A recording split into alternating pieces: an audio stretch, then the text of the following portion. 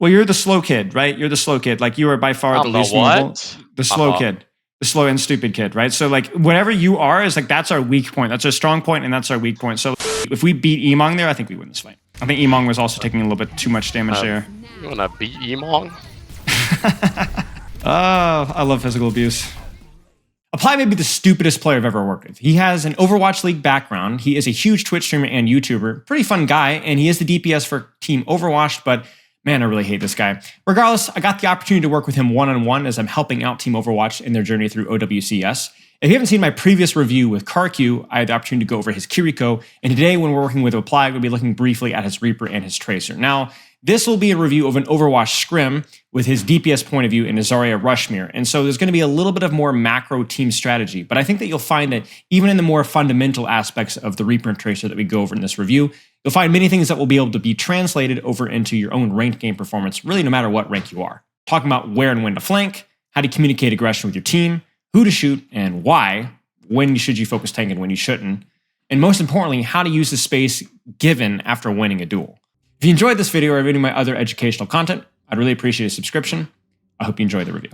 Okay, let's just start with this. Like, any questions from just like playing today, like that have come up that you would like to answer? Or do you just want to jump in? I guess on Reaper, do you think I should start stacked or start in a flank angle, or does it depend on what the plan is? Yeah, I think it depends on what the plan is. I think if we're ever like trying to push super deep, having some sort of a flank angle can be useful. But let's put it this way. Is the flank angle good? Use the flank angle. If the flank angle is bad, stack with tank. That's that simple. So like, that's true. If we take like first fight here, let's actually wait till we break out. I think this is where we like. I don't think we should go this way in general though. But yeah. But let's just for the sake of argument say that we're holding here. Yeah, you're right. If you're here and this is fine, so play flank angle, right? Yeah. If we're taking first fight here and like let's say Emong is here and you're here, you should play flank angle. But like if we're ever playing in open space and like there's like no actual safe flank, everything's too far away, then stack with tank. Okay. And this next fight is pretty much why I brought this up, because I think starting flanking here was wrong. If we're gonna beat engage, I don't really think I should start flanking because I get forced out, and then when we're going to beat engage, I'm just not ready for it. Well, like the problem is just like you're running around with like steel-toed boots. Like if you want to do this is fine. You just need to hide. Like you need to sit here and you need to crouch. And then we go 3, 2, 1. The reason why having an angle on engagements is really good is the same reason why in a lot of our Bob pushes, we're killing Tracer first. It's too easy for them to amp speed out and bubble out. That's why you on a flank is good, because what ends up happening is Zarya is bubbling herself, backing out, but you're shooting the people in the back that actually need the bubble, right? Yeah. So if you're here, I think the concept of you starting on a flank when we beat engage is fine. Honestly, you could have even been here. Yeah, that's what I was thinking. I think where I was is bad because even that angle doesn't really get me anything. By the time I can get like where you said, I mean, they're gonna back up. Yeah, exactly. Yeah. So I think for you, it's gonna be more about like finding those flanks for when we're looking to hard push. Yeah, you're right. And then crucially for you, one adjustment I would take is I don't want you hard deep flanking when they have an ultimate to answer. So like, let's say we call beat push and they have B as well. If you're over here, you're going to get your Wraith forced, and then you can't kite, right? You're not going to be able to kite instead. So then you need to play a lot tighter with your angles. Yeah, if it's like a heavy ult fight and like it's going to trade a lot, I should probably just stay stacked. Here, I just don't think I should shoot Tracer. I should try and kill the Zarya. Yeah, I mean, it's I'm our main source of damage. There's two ways of looking at it. It's not necessarily about like target priority, like don't shoot this target, shoot this target. The simplest way I can tell you is like how much damage are you actually doing? Like if you're shooting Tracer, but you're forcing recall, that's good resource trade. If you're shooting Moira and you're forcing Fade, if you're shooting Lucy, you're forcing Amp, don't think about like, oh, I need to be shooting Zarya. I need to be like getting the maximum DPS per second. Just think about like overall pressure, like how much am I doing? Because there's a lot of times where like Zarya died because Jay on Tracer, when we were doing the Tracer stuff earlier, was like pulling Kiriko Lucio resources. But if you're forcing like one Tracer blink and then you get your Wraith force, like that's obviously like that's not enough. And here, they just dom here, so I probably should just dropped and went with the team. Well, okay, so there's two ways of looking at this here. You can stay here and get value, but we have to meet you here. Yeah, I think that's something we need to talk as a team about too, is playing on my position too, because I try to call like look where I'm playing, but I don't think the team understands that like that's where we should drop and fight. Right. I think. Well, you're the slow kid, right? You're the slow kid. Like you are by far the least vulnerable. The slow kid. The slow and stupid kid, right? So like whatever you are is like that's our weak point. That's our strong point and that's our weak point. So like if we kite off here, you die. Okay, like let's say our ult tracking is perfect here. Can you stay here? Should you be able to stay here? No, because I'm gonna probably Well, I mean, if we coal engage, there's gonna be in the. Oh, I mean, I guess I could probably stay here and kite back to the team regardless. But I mean, like you said earlier, if we engage and then they answer a beat and I have to kite, I'm in a bad position. But Well, that's it, right? Who has brawl ult advantage right now? Who has brawl ult advantage? That's they them. do. They do. So we can't. So you can't play here. So that's pretty much all it is. Now we could commit here if we were to like go for an Ajax. Yeah. You get what I'm saying? But if we have a brawl ult disadvantage, you can't. You have to play in a position closer, like not necessarily like stacked on team, but an angle that's closer towards a kite location because we have to kite. So this, in theory, is fine. Like that's good value, right? Yeah. But obviously now, like you've got your Wraith Force, and if we need to kite anything, we're not really in a position to kite anything. And even if we don't want to kite, even if we want to go hard, I can't really because I have no fade. Right. That's it exactly. And that's it exactly. Yeah. Right? So okay.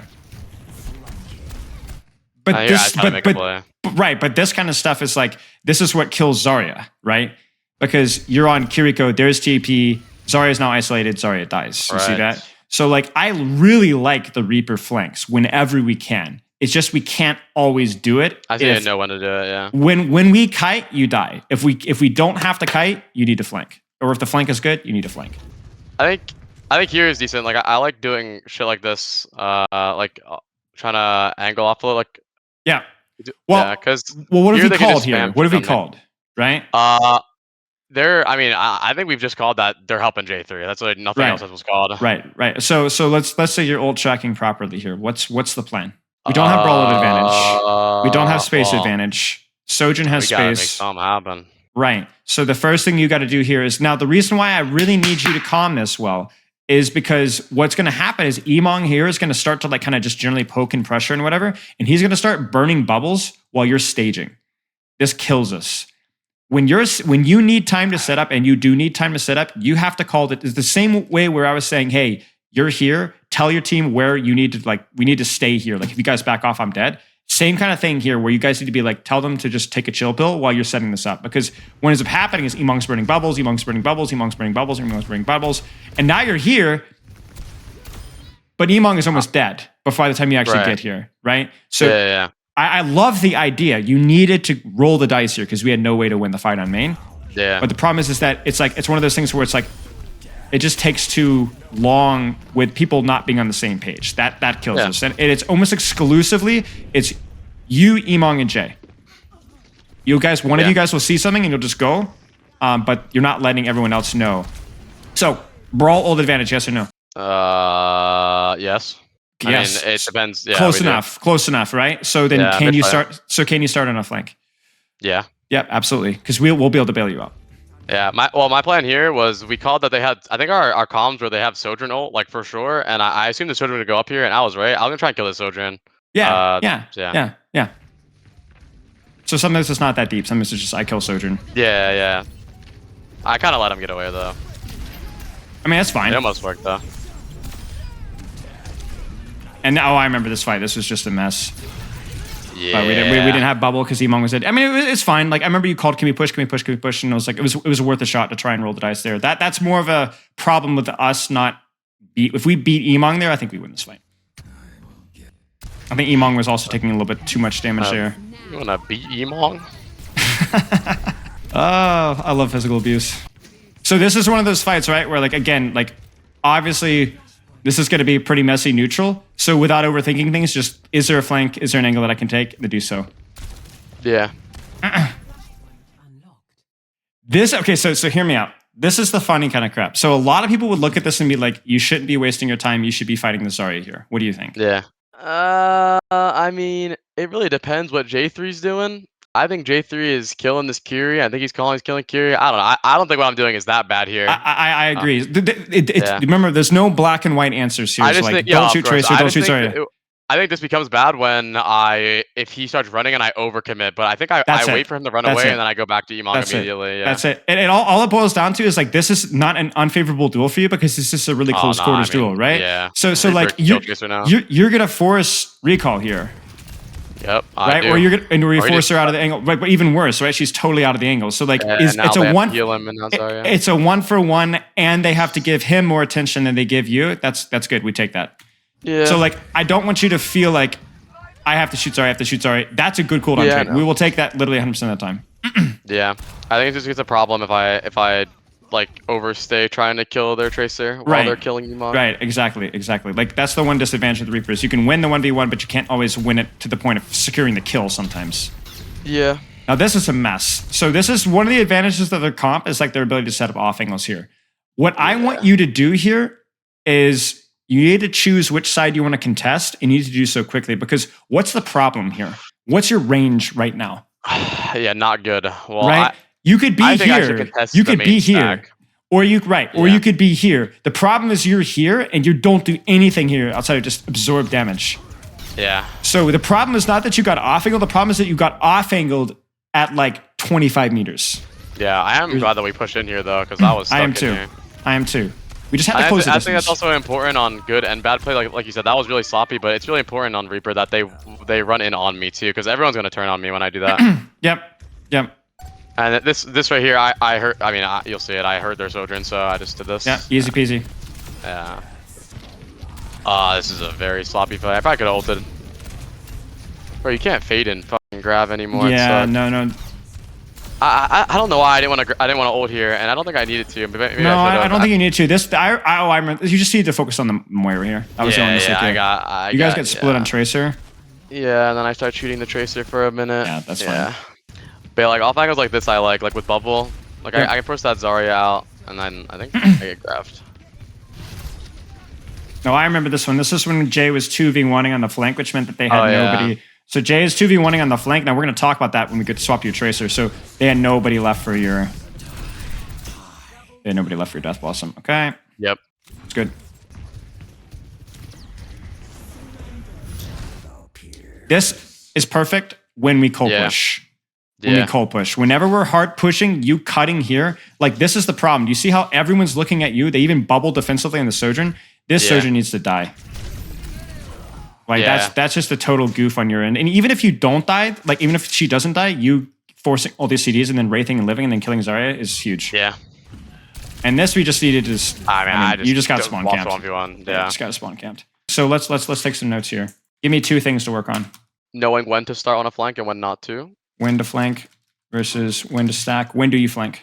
When we have a heavy brawl advantage with ultimates, or I'd say positioning. Neutral, positioning, brawl ult advantage.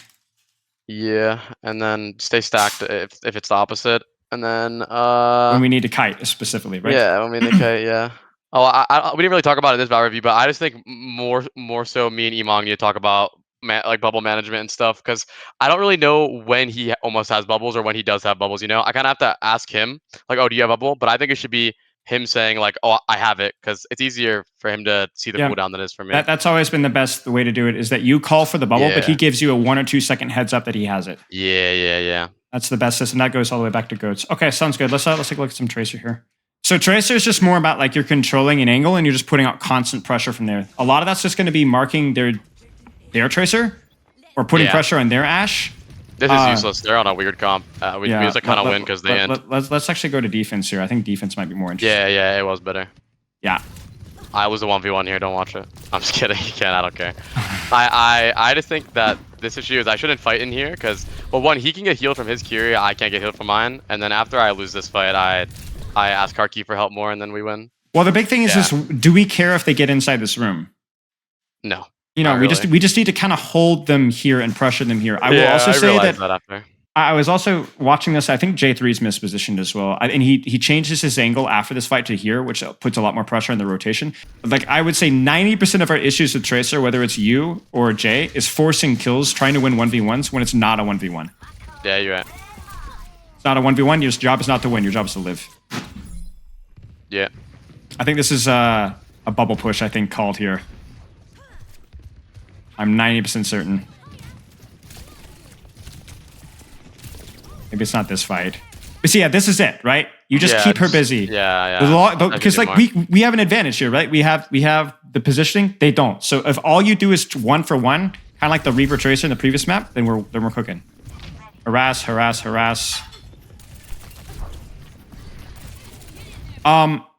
Was this bubble called or did Emong just use it?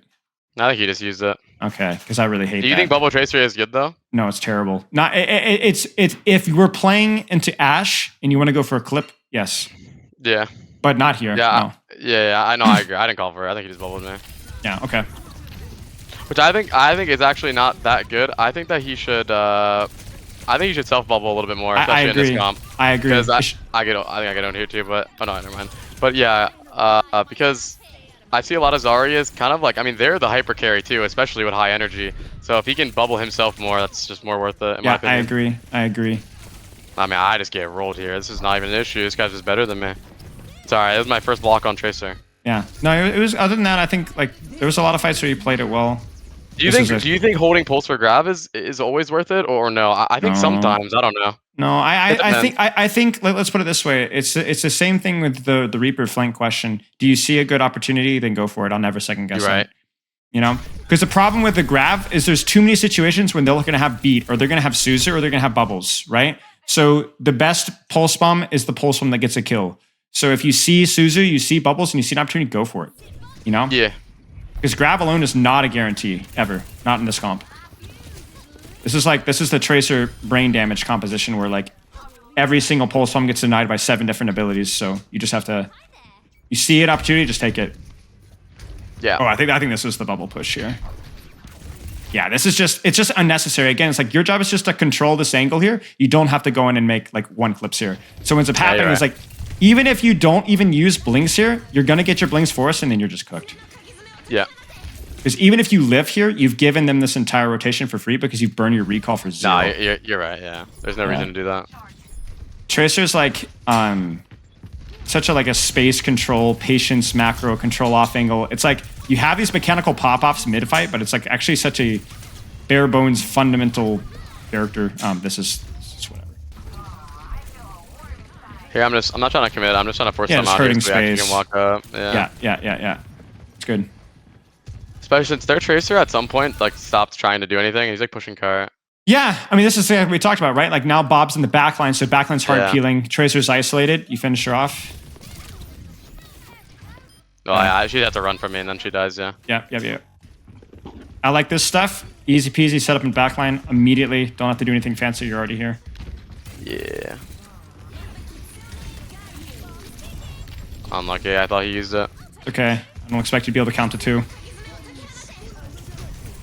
I can count to 3.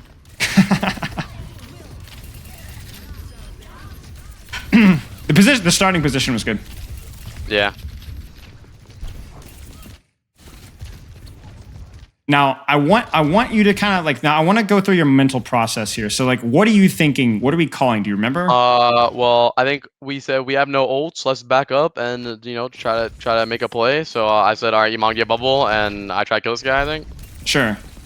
Yeah, I mean, obviously that's not like a consistent plan that we should ever go for, but. Sure, we don't have any ults here. Well, we don't have any ults, right? So I think there's 2 ways. Like it's something that like Karki was saying in the previous Survasa round, where it's like either we need to play to do something like really, really crazy, or we need to play super, super, super patient and just kind of like bleed out the resources here. So as long as you hold an angle here, we're good. Yeah, I also saw the clock like 50 seconds, so I also thought like just trying to fight was better for us rather than giving them like I wanted to try to get multiple fights here. Yeah, so just try to kill something because now the cart's not moving and now it is. Yeah. If we played like super passive there, then their 1 fight they win might win them the point. I agree.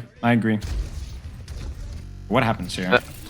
J3 calls their Tracers flanking like in a worrisome tone, so I go try to mark their Tracer and then we get grabbed. in a worrisome tone. Hey, he scared me, bro. Like, I'll get him. I mean, this is just honestly okay. So hear me out. Your job is to mark Tracer, but if you are not in a position to mark Tracer, don't mark Tracer. Yeah. Because here's the thing. If you were here to start with, this is easy peasy. But the problem is you've set up for pulse, commit to the play.